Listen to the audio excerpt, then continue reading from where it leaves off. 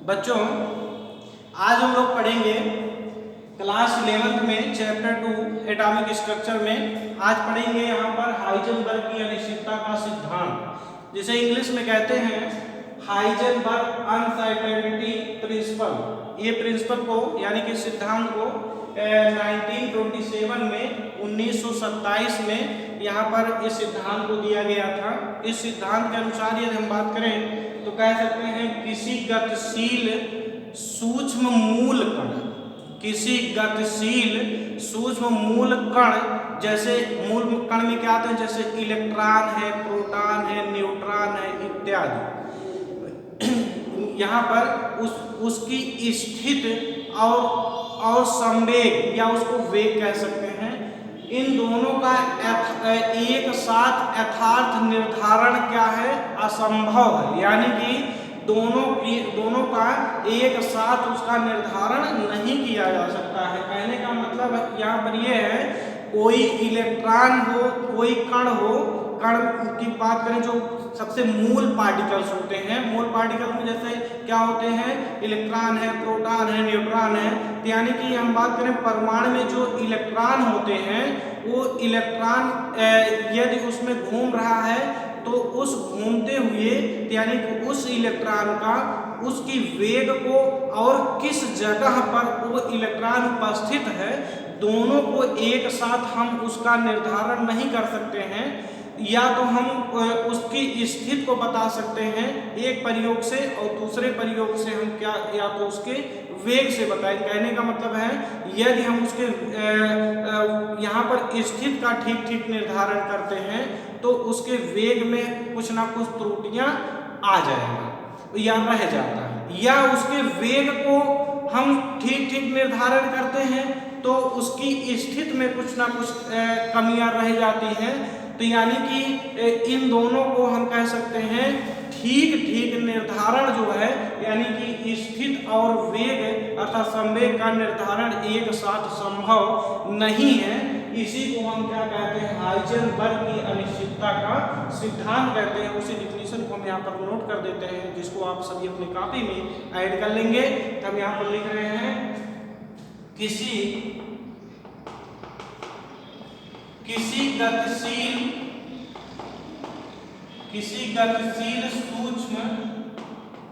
सूक्ष्म मूल कण, मूल कण में कौन कौन से आते हैं, इलेक्ट्रॉन,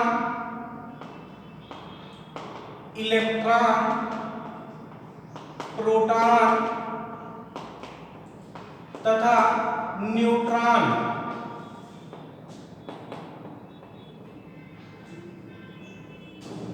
आदि। यहाँ पर वो लिखें किसी गतिशील सूक्ष्म मूल कण में यहाँ पर क्या क्या आता है, इलेक्ट्रॉन आता है, प्रोटॉन आता है और न्यूट्रॉन आता है, की स्थिति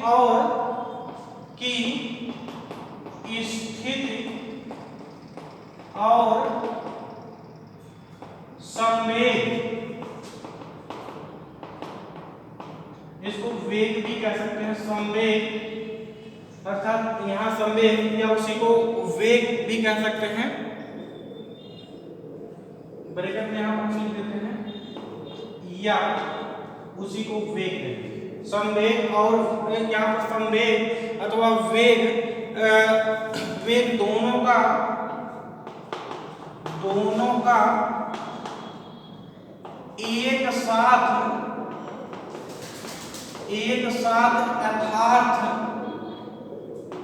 यथार्थ निर्धारण असंभव। क्या है, यथार्थ निर्धारण असंभव है। यहाँ पर देखेंगे यथार्थ को यहाँ पर इंग्लिश में क्या कहते हैं, एग्जैक्ट।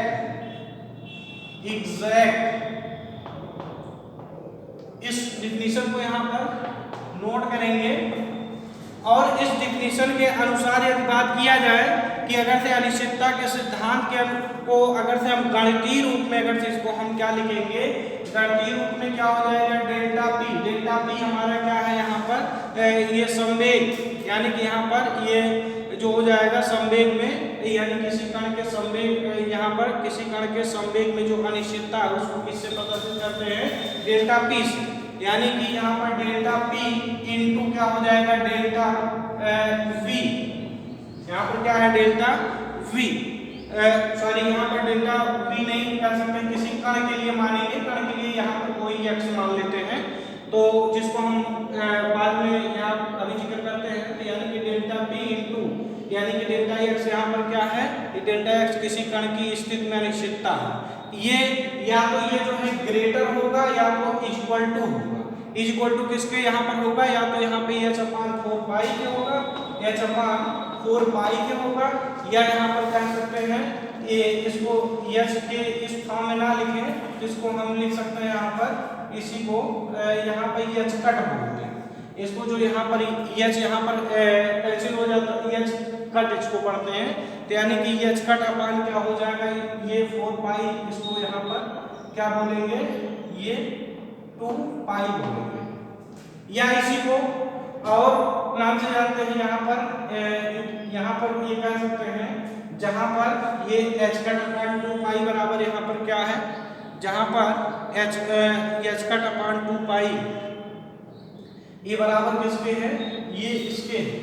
तो यानी कि यहाँ पर वही चीज यहाँ पर इसको हम नोट कर दे रहे हैं, क्या चीज यहाँ पर है, यानी कि इसी को हम अथवा r करके लिख दे रहे हैं, r करके इसको हम ऐसे भी लिख सकते हैं, यानी कि m, यानी कि यहाँ पर देखेंगे संवेग, संवेग को क्या बोलते हैं, संवेग का डेफिनेशन क्या होता है, यानी कि द्रव्यमान गुणे वेग, इसी को क्या कहते हैं, संवेग कहते हैं। द्रव्यमान को m से प्रदर्शित कर रहे हैं, यानी कि यहाँ पर क्या हो जाएगा, m इंटू, यानी कि यहाँ पर क्या हो जाएगा, यहाँ पर वेग, वेग को हम किससे प्रदर्शित करते हैं, डेल्टा u से, यानी कि द्रव्यमान गुणे, यानी कि यहाँ पे ये क्या है, ये जो हमारा ये देखेंगे ये संवेग है, संवेग बराबर क्या होता है, द्रव्यमान, द्रव्यमान गुणे क्या होता है, वेग, यानी कि द्रव्यमान गुणे वेग, ये बराबर किसको होगा, संवेग इंटू क्या हो जाएगा यहाँ पर डेल्टा x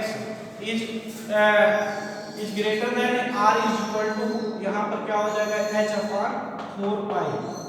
इसको हम a भी लिख सकते हैं और a भी लिख सकते हैं, दोनों को लिख सकते हैं।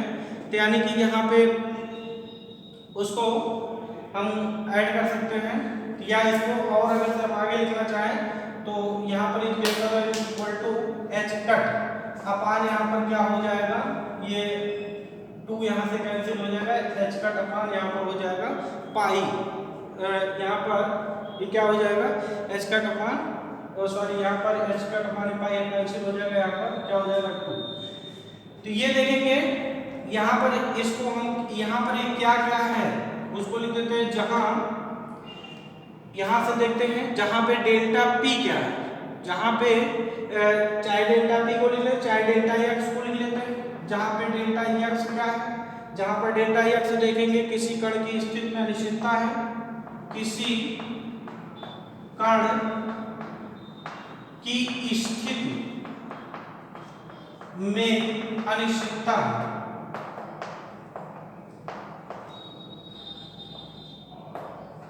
और दूसरी चीज देखेंगे डेल्टा पी क्या है, डेल्टा पी यानी कि डेल्टा पी हमारा किसी कण के संवेग में अनिश्चितता है, किसी कण के संवेग में अनिश्चितता है। और यहाँ पर देखेंगे यम क्या है, यम तो द्रव्यमान है, और डेल्टा यू क्या है, डेल्टा यू देखेंगे जहाँ पर डेल्टा लग जा रहा है यानी कि अनिश्चितता को प्रदर्शित कर रहा है, तो यानी कि यहाँ पर क्या हो जाएगा, डेल्टा यू किसी कण के वेग में अनिश्चितता है, किसी कण के वेग में अनिश्चितता है। इस 3 पॉइंट को यहाँ पर याद रखेंगे, एक तो यहाँ पर संवेग हो गया, और एक देखेंगे यहाँ पर एक कण की स्थिति है और एक कण का वेग, यानी कि इन सभी में क्या है, ये सभी का ये अनिश्चितता है। यानी कि बात में इस समीकरण के अनुसार किसी कण के संवेग की अनिश्चितता क्या होगा, ये डेल्टा पी होगा, यानी कि डेल्टा पी, और स्थिति में अनिश्चितता क्या हो जाएगा, डेल्टा एक्स हो जाएगा। यानी कि यहाँ पर क्या हो जाएगा डेल्टा एच का गुणनफल या तो एच अपान गुणनफल जो होगा एच अपान 4 पाई, यहाँ पर कह सकते हैं एच अपान क्या होगा, यहाँ पर एच अपान 4 पाई होगा, कह सकते हैं के बराबर होगा या उससे अधिक होगा। और जहाँ पे ये एच आया है, एच बराबर क्या है, एच बराबर प्लैंक नियतांक, एच बराबर क्या है यहाँ पर प्लैंक नियतांक, इसको यहाँ पर नोट करेंगे। और इसके आधार पर हम कह सकते हैं, यानी कि यहाँ पर एक और पुनः हम इसी को रिवाइज कर दे रहे हैं, यहाँ पर जो आया है डेल्टा, यानी कि डेल्टा पी यहाँ पर क्या है उसको देखते हैं, किसी कण के संवेग में अनिश्चितता है, यानी किसी कण के संवेग में अनिश्चितता और किसी कण की स्थिति में अनिश्चितता के गुणनफल, यानी कि दोनों के गुणनफल जो होंगे वो एच अपान 4 पाई से या तो अधिक होंगे या तो उसके बराबर होंगे। और जिसमें यहाँ पर एच क्या है, एच बराबर प्लैंक नियतांक, इसको यहाँ पर इस कॉपी में यहाँ पर आप लोग नोट करेंगे। और इस नियम के अकॉर्डिंग हम बात कर रहे हैं, इस नियम में हम कहें कि यहाँ पर यदि कोई भी इलेक्ट्रॉन है, इलेक्ट्रॉन प्रोटॉन न्यूट्रॉन कुछ भी कह लीजिए, कोई कण कह लीजिए, कोई पार्टिकल कह लीजिए, यानी कि यहाँ पर तो हम इलेक्ट्रॉन मान लेते हैं, यानी कि इलेक्ट्रॉन की अगर से कोई भी इलेक्ट्रॉन किसी परमाणु में, यहाँ पर कोई भी इलेक्ट्रॉन किसी परमाणु में यदि वहाँ पर घूमता है और यदि हम उसकी बात करें वो इलेक्ट्रॉन किस जगह पे है, यानी किस स्थिति में है, और दूसरी चीज वो उसकी वेग क्या है, किस वेग से किस गति से वेग जो उसकी गति क्या है, उसकी वेग कितनी है, वो हम दोनों एक साथ ये यथार्थ निर्धारण संभव नहीं कर सकते हैं। या तो हम एक चीज उसके स्थिति के बारे में हम उसका पूर्ण रूप से सही अध्ययन करेंगे, तो उसके बाद जो इसका यहाँ पर वेग है, इस वेग में, इसके वेग में कुछ ना कुछ त्रुटियां यहाँ पर रही जाएगी। यानी कि यहाँ पर बात समझेंगे, इस इलेक्ट्रॉन का जो हमारे इस परमाणु के नाभिक के चारों तरफ जो इलेक्ट्रॉन चक्कर लगाते हैं, उस इलेक्ट्रॉन के किसी भी एक इलेक्ट्रॉन की अगर से हम बात करें, उस इलेक्ट्रॉन के एक साथ उसकी स्थिति का और यहाँ पर वेग दोनों की यहाँ पर एक साथ निर्धारण संभव नहीं है। ये हाइजेनबर्ग की अनिश्चितता का सिद्धांत है। यानी कि इनके कहने का मतलब ये है कि यदि हम किसी किन्हीं प्रयोगों द्वारा अगर से हम किसी इलेक्ट्रॉन की स्थिति के बारे में ठीक निर्धारण यदि हम करते हैं, तो उसके वेग में कुछ ना कुछ त्रुटियां जरूर से जरूर रही जाएगा। और वही चीज देखेंगे, इसी का जस्ट अपोजिट बात करते हैं, यदि हम किसी कण के लिए या किसी इलेक्ट्रॉन के लिए अगर से हम उसके वेग का ठीक निर्धारण करते हैं, सही निर्धारण करते हैं, तो उसके स्थिति में कुछ ना कुछ कमियां रही जाएगा। इसलिए इनके सिद्धांत में कह सकते हैं कोई भी गतिशील इलेक्ट्रॉन हो, कोई भी गतिशील मूल कण में कह सकते हैं इलेक्ट्रॉन प्रोटॉन न्यूट्रॉन कुछ भी हो, तो यानी कि उसमें इन दोनों की एक साथ यथार्थ निर्धारण संभव नहीं है। ये इसी सिद्धांत को हाइजेनबर्ग की अनिश्चितता का सिद्धांत कहा जाता है। जबकि इस सिद्धांत में अगर से बात करें नील और सोमरफेल्ड के परमाणु मॉडल में, यही चीज दोनों नील और सोमरफेल्ड के परमाणु मॉडल में क्या बताया गया है उसको देखते हैं। नील और सोमरफेल्ड के परमाणु मॉडल ये कहता है कि किसी भी गतिशील मूल कण में, जैसे इलेक्ट्रॉन प्रोटॉन न्यूट्रॉन कुछ भी हो, उनके स्थिति और वेग दोनों का एक साथ निर्धारण होता है। जबकि वही चीज यहाँ पर हाइजेनबर्ग क्या कहते हैं, यहाँ पर ये दोनों का एक साथ यथार्थ निर्धारण संभव नहीं है। यानी कि जो यहाँ पर आजकल जैसे जो पढ़ा जाता है, आजकल कह सकते हैं जो पढ़ा जाता है यहाँ पे परमाणु मॉडल इलेक्ट्रॉनों की तरंग प्रकृति पर आधारित है। यानी कि इलेक्ट्रॉन जो होता है, आजकल जो हम लोग पढ़ते हैं, इलेक्ट्रॉन के तरंग के प्रकृति पर आधारित जो परमाणु संरचनाएं हैं, तो इसलिए यहाँ पर इसको हम सही मानते हैं। तो जबकि पहले क्या था, पहले इलेक्ट्रॉन के तरंग के प्रकृति के आधार पे यहाँ पर बोर और सोमरफेल्ड ने में इसका जिक्र नहीं है। तो इसलिए यहाँ पर तरंग की प्रकृति के आधार पर ये हाइजेनबर्ग ने इस सिद्धांत का उल्लेख किया है। इसलिए जो आज जो प्रेजेंट टाइम में यहाँ पर देखेंगे इसी के आधार पर किसी भी परमाणु की व्याख्या की जाती है। इसलिए यहाँ पर इस नियम को हम यहाँ पर ये सही मानेंगे। तो जो यही आज यहाँ यही जो है ये लागू होता है। तो यानी कि यही हमारा नियम क्या कहलाता है, हाइजेनबर्ग का अनिश्चितता का सिद्धांत कहलाता है। इसको आप लोग इसको नोट कर लेंगे। एक चीज यहाँ पर हम और यहाँ पर इसको नोट कर दे रहे हैं, यानी कि जो एक ऐसे ही हम कह सकते हैं जो सीजीएस, इसमें जो सीजीएस एक होता है सीजीएस पद्धति, जैसे कोई भी हम मात्रक यदि हम लिखते हैं तो उसमें एक पद्धति होता है सीजीएस पद्धति और एमकेएस पद्धति। इन दोनों में यहाँ पर देखेंगे डेल्टा एक्स, यहाँ पर ये जो लिखा गया है यम का, यानी कि इसमें यम देखेंगे सीजीएस पद्धति में उसका मात्रक क्या होता है, सीजीएस पद्धति में यम का मात्रक क्या होता है ग्राम में। तो ग्राम इसको क्या किसमें बोलते हैं, इसको जो है ग्राम में बोलेंगे। ये सीजीएस पद्धति की बात कर रहे हैं, सीजीएस पद्धति। सीजीएस पद्धति में यम का मात्रक क्या होता है ग्राम होता है, यहाँ पर ये लिखा गया है। और देखेंगे यहाँ पर जो डेल्टा यू है, डेल्टा यू यहाँ पर क्या है वेग, इसमें यहाँ पर किसी कण के वेग में अनिश्चितता है, जिसका मात्रक सीजीएस पद्धति में क्या लिखेंगे सेंटीमीटर प्रति सेकंड। यहाँ पर क्या हो जाएगा सेंटीमीटर प्रति सेकंड। यहाँ पर ये चीज सीजीएस पद्धति में इसका मात्रक होता है। और वही चीज देखेंगे यहाँ पर डेल्टा एक्स का मान क्या होता है, जो ये डेल्टा एक्स क्या है किसी कण की स्थिति में अनिश्चितता है।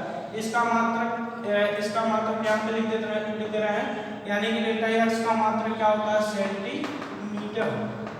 यानी कि ये चीज हमको याद रहना चाहिए कि सीजीएस पद्धति में यहाँ पर ये द्रव्यमान का मात्रक ग्राम होता है। और यहाँ पर डेल्टा यू मतलब यहाँ पे किसी कण के वेग में अनिश्चितता, यहाँ पर क्या होगा सेंटीमीटर पर सेकंड होगा। और यहाँ पर देखेंगे डेल्टा एक्स सीजीएस पद्धति में उसका मात्रक क्या होता है सेंटीमीटर यहाँ पर होता है। तो आगे इसी को देखेंगे एमकेएस पद्धति में, यानी कि दूसरा पद्धति क्या हमारा एक सीजीएस पद्धति है और दूसरा देखेंगे क्या होता है एमकेएस पद्धति। यानी कि एमकेएस पद्धति में यहाँ पर यम का मात्रक क्या हो जाएगा, यानी कि जो यहाँ पर द्रव्यमान है तो द्रव्यमान का मात्रक यहाँ पर क्या हो जाएगा किलोग्राम। जबकि यहाँ पर सीजीएस पद्धति में यम का मात्रक क्या था ग्राम था। और यहाँ पर इसमें देखेंगे एमकेएस पद्धति में यानी कि यम क्या है द्रव्यमान का मात्रक क्या है किलोग्राम। और उसी को देखेंगे यहाँ पर आगे यहाँ पर देखेंगे डेल्टा यू को यहाँ पर सेंटीमीटर पर सेकंड सीजीएस पद्धति में कहा जा रहा था, यानी कि आप लिख रहे हैं डेल्टा यू को एमकेएस पद्धति में क्या बोलेंगे मीटर प्रति सेकंड बोलेंगे, मीटर प्रति सेकंड ये चीज। और यहाँ पर डेल्टा एक्स क्या है, यहाँ पर किसी कण की स्थिति में अनिश्चितता है। तो यानी कि इसको हम यहाँ पे एमकेएस पद्धति में क्या बोलेंगे, एमकेएस पद्धति में इसको जो है क्या बोलेंगे यहाँ पर सेंटीमीटर बोल रहे थे, यहाँ पर क्या बोलेंगे आगे हम लिख रहे हैं डेल्टा एक्स को मीटर से प्रदर्शित करेंगे। ये चीज आपको याद रहना चाहिए, यहाँ पर ये चीज इसको पूर्ण रूप से आपको याद रहना चाहिए। एक चीज यहाँ पर छूट गया है जो यहाँ पर ये यानी कि सीजीएस पद्धति में एच का यहाँ पर जो एच है यानी कि प्लैंक्स कांस्टेंट का मान जो होता है 6.625 × 10⁻⁻⁻27। यहाँ पर ये देखेंगे सीजीएस पद्धति में एच का मान जो 6.625 6.625 इतना जो है अर्ग सेकंड होता है। क्या होता है? इतना अर्ग सेकंड होता है। इसको याद रखें। और इसमें जो है, इसमें देखेंगे MKS पद्धति में यश का मान कितना होता है? इतना जो है इसमें देखेंगे यहाँ पर ये होगा, यहाँ पर हो जाएगा 6.625 into 10⁻⁻34। यहाँ पर देखिए अर्ग था, यहाँ पर क्या हो जाएगा? Joule second. ये जितना जो बहुत इंपॉर्टेंट चीजें हैं, ये इस मात्रा को आपको याद रखना है। यानी कि यहाँ पर जूल सेकंड हो गया, यहाँ पे अर्ग सेकंड हो गया। इसको आप लोग को याद करना है। पूरा एक बार हम रिवाइज कर दे रहे हैं कि जो इस इक्वेशन में आया है, इसमें सभी का एक मात्रक है, यानी कि एक सीजीएस पद्धति और एक एमकेएस पद्धति में। सीजीएस पद्धति में डेल्टा पी, यहाँ पे यम का मान यानी कि द्रव्यमान का मात्रक यहाँ पर मात्रक ग्राम होता है, और डेल्टा यू क्या है? यहाँ पर किसी कण के वेग की अनिश्चितता, वेग का मात्रक यहाँ पर सेंटीमीटर पर सेकंड है। और दूसरी चीज यहाँ पर देखेंगे, एक डेल्टा एक्स है। डेल्टा एक्स क्या है? किसी कण की स्थिति में अनिश्चितता है। इसका मात्रक क्या होता है? यहाँ पे डेल्टा एक्स का मात्रा हम इधर लिखे हैं सेंटीमीटर होता है। और इसका जो है यहाँ पर देखेंगे जो h है, h का मात्रक है सीजीएस पद्धति में 6.625 into 10 पावर यहाँ पर -27 होता है अर्ग सेकंड। ये चीज कितना, इसको याद रखेंगे यहाँ पर। और देखेंगे एमकेएस पद्धति में यम का मात्रक किलोग्राम होता है, और यहाँ पर डेल्टा यू का मात्रक मीटर पर सेकंड होता है। एच का मान कितना होता है? 6.625 into 10 पावर -34 जूल सेकंड होता है। यही नियम हमारा क्या कहलाता है? हाइजेनबर्ग की अनिश्चितता का सिद्धांत कहलाता है। तो आज के लिए बस इतना ही। धन्यवाद।